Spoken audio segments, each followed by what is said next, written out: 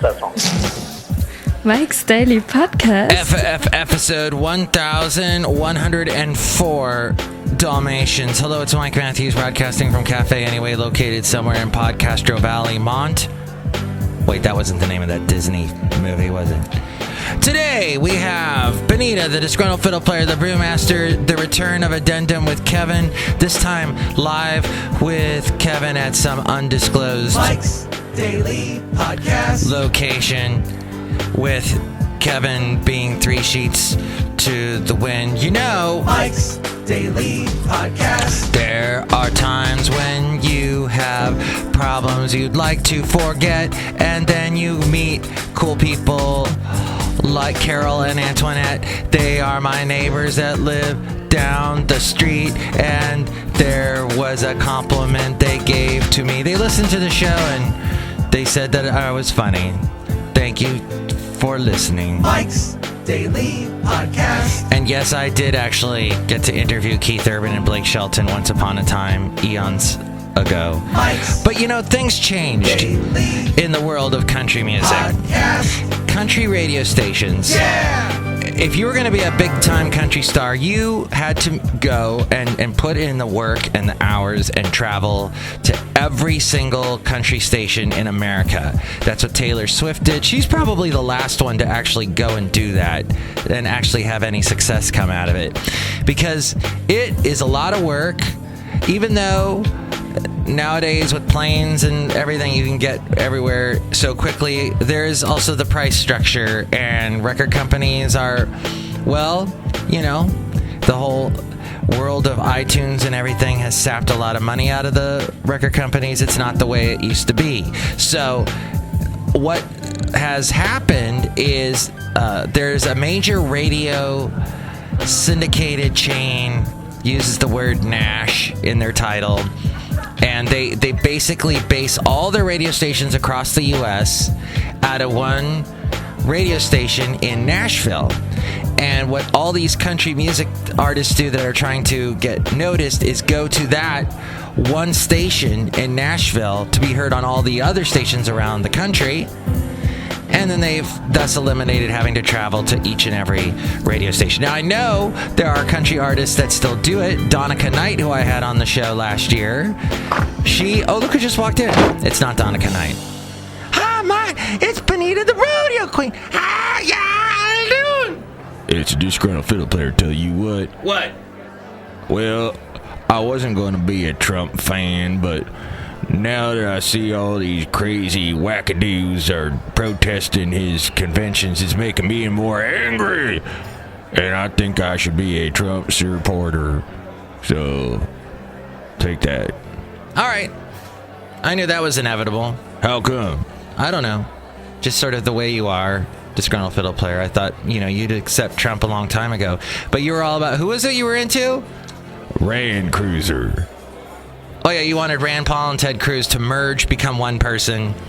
That didn't happen, thankfully. But, yeah, Trump does not want... He says that whole lawsuit against him by his former students of his Trump University, the judge overseeing the whole thing, presiding... Look who else just walked in. He's Hispanic, so he's partial. So, you know, he's going to already hate Trump. Trump said this. Trump's like, Trump thinks that Trump is getting a unfair deal because this judge is Hispanic and he knows that I want to build a wall between us and Mexico. Do you know how to do a Trump impression? It's really simple. You just... Trump impressions. You just take your IQ, throw away quite a few numbers, and then talk with what you think is a New York accent. You've got Trump. Oh, and then put something on top of your head. Since I'm bald, put something that resembles a bad blonde wig. Let's try this. Yeah, oh, that feels good. Keeps my head warm. Buck, I don't like all these things you're saying about Trump. No? Is that why you've got your fists up? Yeah, I'm about ready to punch y'all. But you won't. You will ignore these droids. These are not the droids you're after. Yeah, what? You're using some kind of Jedi mind force on my brain, and it's working, and it feels kind of good. Maka, I use that all the time. Because I'm Benita, the rodeo queen. How y'all doing? I gotta go. Well, I guess my point being... Oh, the Brewmaster walked into. Hi, Mike. I make the root beer. I'm the Brewmaster. Brewmaster, you forgot to say something. Oh, yeah. I'll cut you. Why? Because I'm getting tired of all this Trump. Yeah, that's right. We were talking about all this media coverage of Trump, so we'll stop. We're stopping now. Yeah, so country music changed quite a bit in the last couple 10 years or so, couple decades, whatever. But back in the days that I was in country music radio in the 90s and early O's, country music stars would come to your station and promote their stuff. And that was cool. And those artists, you know, were the big record labels were behind them. So you'd have a Brooks and Dunn stop by or whatever was the big act at the time. Even in our little radio station in Ventura, California, which actually the signal would go down into Los Angeles. So we were kind of an interesting radio station. We were on the beach, but we were country. We used to call it Bakersfield by the Sea. Our signal went up into Santa Barbara. Had a huge, oh my gosh, the listenership. The listeners were hardcore. They loved that station. And all the DJs, you know, were local. It was a fun time. But that is not how it is now, my friend. Has changed a lot. But my neighbors are very cool. Antoinette went to not UCLA, not the school where all the craziness happened, but recently. But UCSB. It's had its own share of craziness in the past couple of years, but UCSB, UC Santa Barbara, where you go to the beach and always come back with a little souvenir in the form of a black crust on your feet. The tar would just grab onto your feet. It was fun. I have said this before, but if you went to UCSB, the mandatory show you need to watch is Psych. Because it's all about Santa Barbara, and it's so funny how it talks about all these places that I spent many a year living in that town. And even though that show is filmed in Vancouver, Canada, it's great. It takes me back.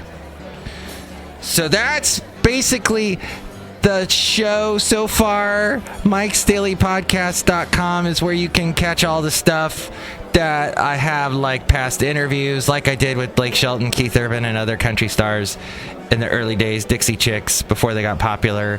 Also, you can hear interviews I did with the emerging country stars, Donica Knight, for example. And that's all there at Mike'sDailyPodcast.com, as well as links to where to help this show out. If you want to do any shopping on Amazon, click on that Amazon link first at Mike'sDailyPodcast.com, and that helps us out. There's also the PayPal if you want to help out that way and get a special greeting from all of the Cafe Anyway characters. You know, all you people here at Cafe Anyway that show up all the time, thank you so much. They're not listening to me. They're all talking amongst themselves. That's fine. Yeah, so all that's at Mike'sDailyPodcast.com. And we're actually, Google Play now is carrying the show. So if you are a Google aficionado and have the Droid and whatnot, you can listen to us through that thing too.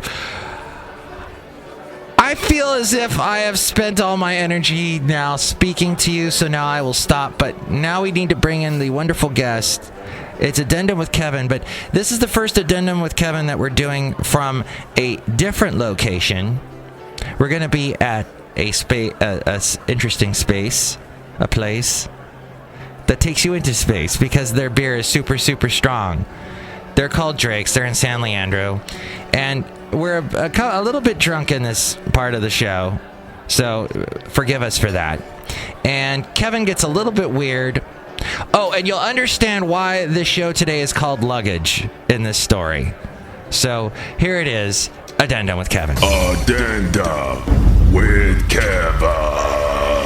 We're speaking with Kevin It's Addendum with Kevin. We've had 8 beers at 20. Wait, I can't say the beer at Drake. We're at. We don't. Okay, here.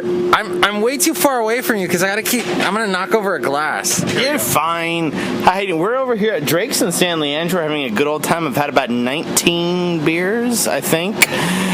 And nobody knows I'm here. So you can have as many as I want. So Mike and I are having a grand old time hanging out with this dude who I literally met about an hour ago. What's his name? I don't remember. But he's really good at welding stainless steel pipe, which is an art form. Wait, he's coming back with a bunch of tater tots. Oh, these are the truffle tater tots.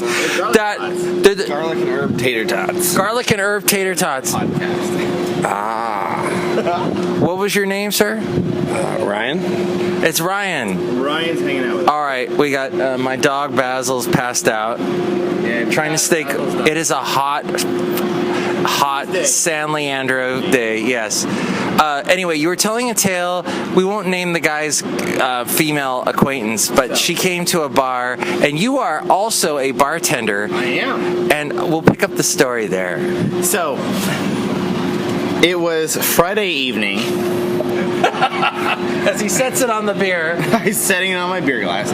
And he's like, do you mind if I bring my lady friend? I'm like, dude, come on. I want my boy to, I want him to. Of course, he just got divorced. He needs a couple good practice swings, if you know what I mean.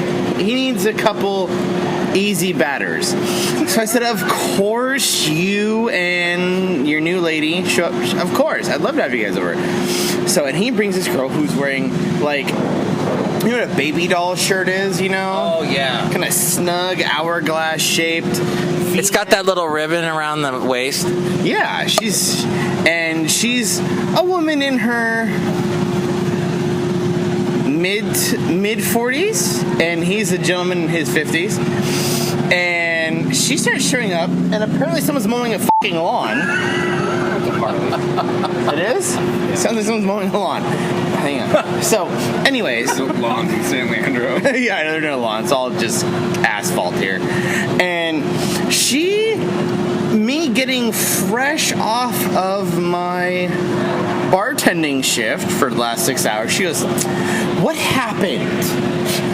Kevin, bartenders used to be cool. I'm like, yeah, see how your eyebrows went up? I was like, yes, I'm listening. She's like, bartenders used to be cool. I was like, still listening. What would you like to tell me? She's like, well, so I was at a bar in Oakland, which is how no good story starts. I was in a bar in Oakland, yeah, and it was basically a bar where everybody does coke. I was like, all right, we're getting even better at this. Everyone does coke in the bathroom. I'm like, one more time, go ahead. What are you telling me here?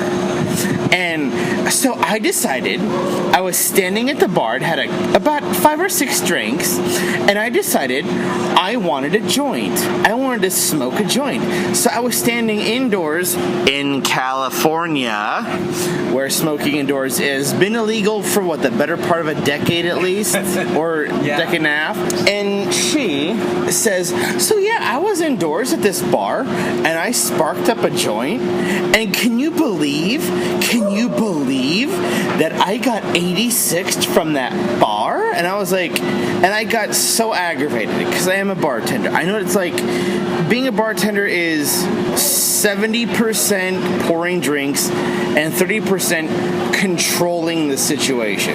Babysitting? Yeah, babysitting, exactly. I told this lady, look, I said, I think you're nice, but if you spark up a joint at my bar, indoors, I'm gonna grab you by the back of your bra strap and the back of your pants, and I'm gonna throw you out the door like a piece of luggage on American Airlines. Don't come into my bar and then give me a lot of lip. She's like, well, I started arguing with the bartender, and I said, don't argue with the bartender. Don't do that. When you're at a bar, the bartender is God behind the bar. I will throw anyone and anyone out, not because I'm having a power trip, but because if you do something stupid to compromise the atmosphere for the rest of the customers, I have to regulate that.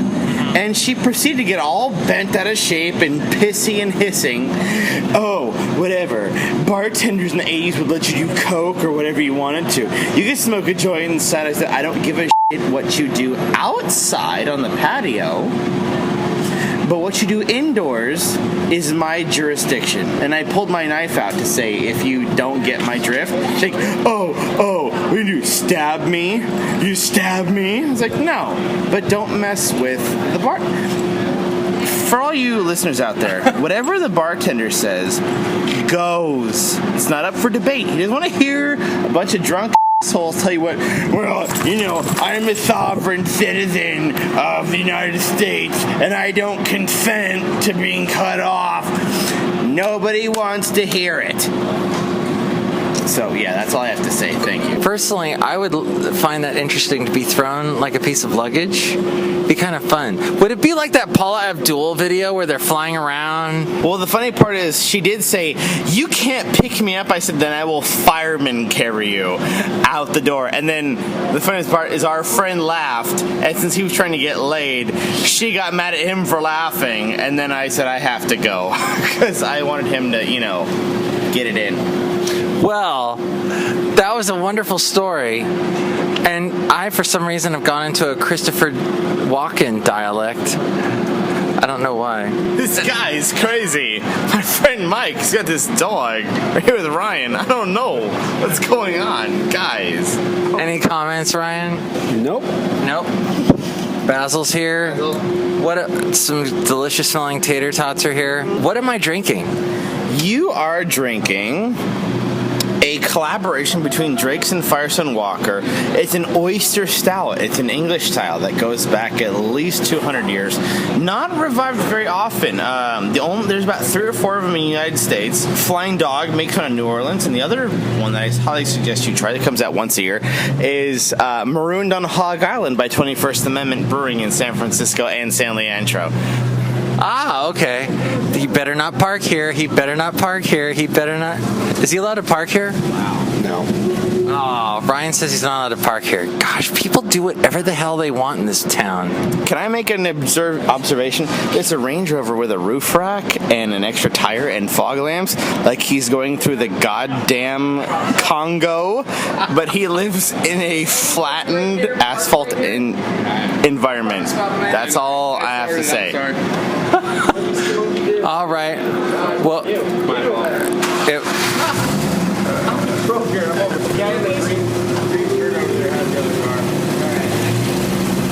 Kevin, thank you for your addendum with Kevin. You are more than welcome, Mike, and I miss all of you on Mike's Daily Podcast. Thank you, Kevin. And that is not what a bra strap is for. Just want you to make that clear. Bra straps, leave them alone. Unless the occupant of the bra strap would like you to do otherwise. As we go outside a cafe anyway, we're bringing Mike's Daily Podcast somewhere in Podcaster Valley. And here's today's podcast picture. I would never want to wear a bra. The podcast picture, or a man's ear, or the bro, or whatever they called it on Seinfeld, for those men.